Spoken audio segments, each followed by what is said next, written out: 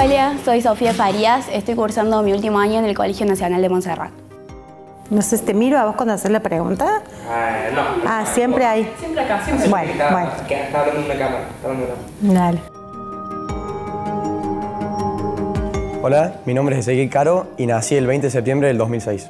Te recuerdo que yo estaba en el interior, yo iba a un colegio privado, religioso, de Valle Hermoso. Yo vivía en La Falda y iba a un colegio de Valle Hermoso.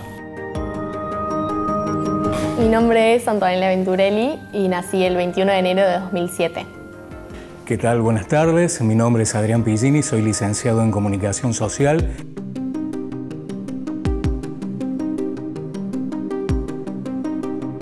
Sí, hay centro de estudiantes y funciona mediante elecciones que se hacen todos los años y se elige la gestión del año correspondiente.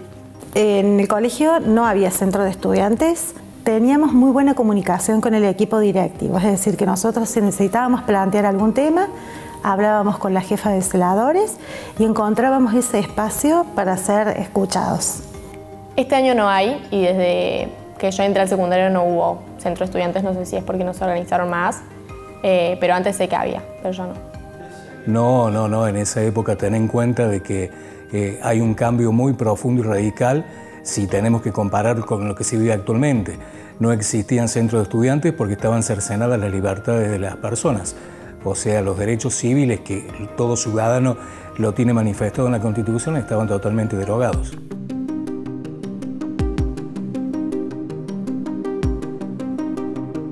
No escuchábamos música.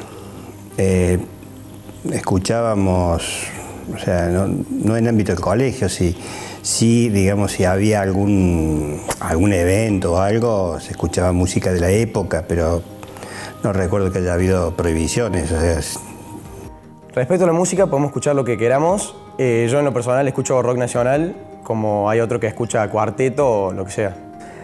Había temas musicales que en los medios estaban totalmente prohibidos. De hecho, hay casos de personas que han fallecido, integrantes del grupo folclórico Los Olimareños, por ejemplo, en un instituto de enseñanza.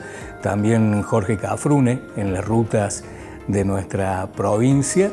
Y obviamente temas que estuvieron totalmente prohibidos y cercenados. Gente que se tuvo que ir y radicarse a otros países porque no tenían permitido aquí ejercer libremente su profesión. Sí, tenemos una radio en el cole, se llama La Monse Radio, que pone música en los recreos y al centro de estudiantes también. Y muchas veces hacen actividades como coreos y competencias de baile y esas cosas. Bueno, en aquella época no contábamos con los dispositivos que tenemos en este momento, en estos tiempos. Entonces, el único espacio para poder escuchar música era la cantina. Y lo hacíamos durante los recreos. Estaban los pasacintas, pasacassette, y bueno, nosotros llevábamos el que tenía, lo poníamos a disposición y compartíamos música en ese espacio. Era época del pop. Escuchábamos Genesis, Creedence, fundamentalmente esa era la música que escuchábamos y compartíamos en ese tiempo.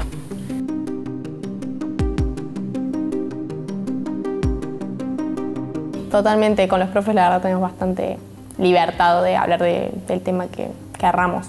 No, era una educación básica, estricta, con una formación donde los docentes cumplían a rajatabla el programa académico y obviamente que había una conversación en la cual iban descubriendo el perfil tuyo. En el cole generalmente hablamos de todo, principalmente también ahora con el tema de las elecciones estamos hablando mucho de la política, qué opinamos sobre los candidatos, charlamos mucho sobre eso. Y con los profes, si hay algo que no nos cuadra o algo en lo que no estamos de acuerdo, se lo planteamos con respeto. No había nada, por supuesto que había temas que no se tocaban, pero porque no estaban en los programas. Los estudiantes no éramos como ahora y no preguntábamos mucho, ¿no?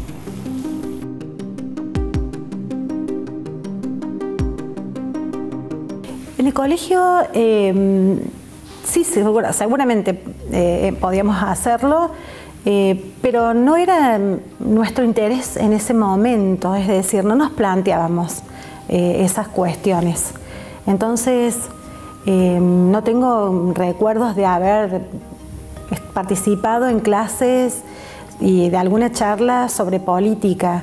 Generalmente en las clases de historia siempre se vinculó y siempre se relacionaba lo que había sucedido en alguna época, digamos, de nuestra historia a lo que estábamos viviendo en la actualidad.